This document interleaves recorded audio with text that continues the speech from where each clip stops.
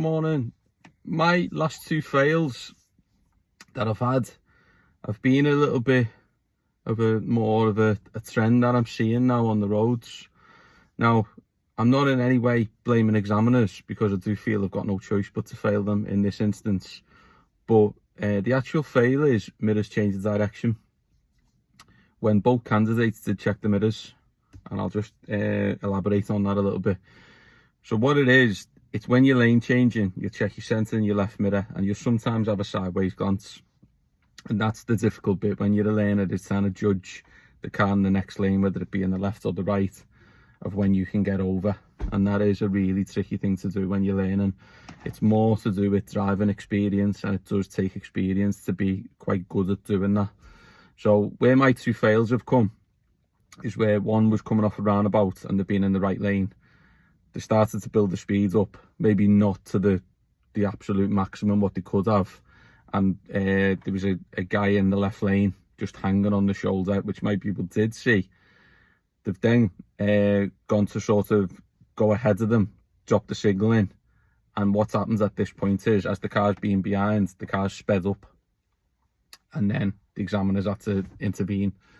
You know, so it would have been a dangerous situation. I've got no qualms with the fail itself.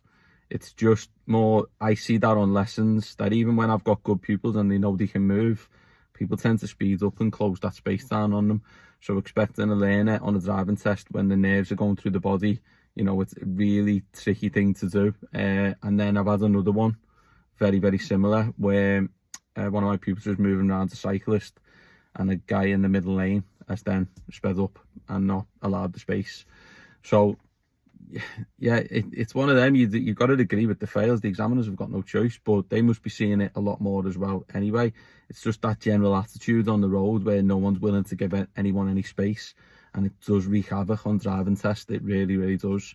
So all I'm saying is that be mindful that it might not just be a learner on a lesson. It could be an actual driving test, and learners need a little bit of leeway. You're not the best driver when you pass your test. You're really not. You've not got the most driving experience when you pass your test. You haven't. That's a fact. And all driving instructors know this as well. Everyone is the same. You build your experience up after you've passed. That's just the way it is. You can't pay for 200 driving lessons to get that level of experience. It's impossible. No one's got the money to do that. It has to be done in a different way. We've got to give the required amount, which by the way is 45 hours plus 20 hours of private tuition. That's the national average. So we would love to do 200, 300 hours with people, but people haven't got the money for that. And people are all different levels, and we've got to get them through the test some way, in a safer way as possible.